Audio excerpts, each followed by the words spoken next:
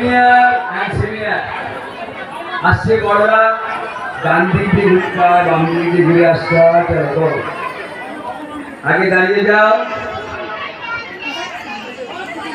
এই যে আমাদের মা বোন কাকিমারা পূর্বে আগেকার দিনে এরা এই যোগ অভ্যাস সম্বন্ধে জানতো না।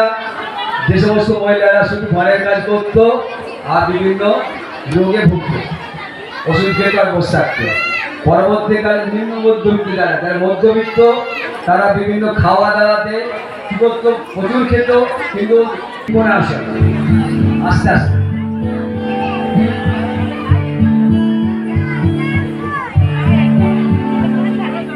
ত্রিকোণে আসা মেরুদণ্ডকে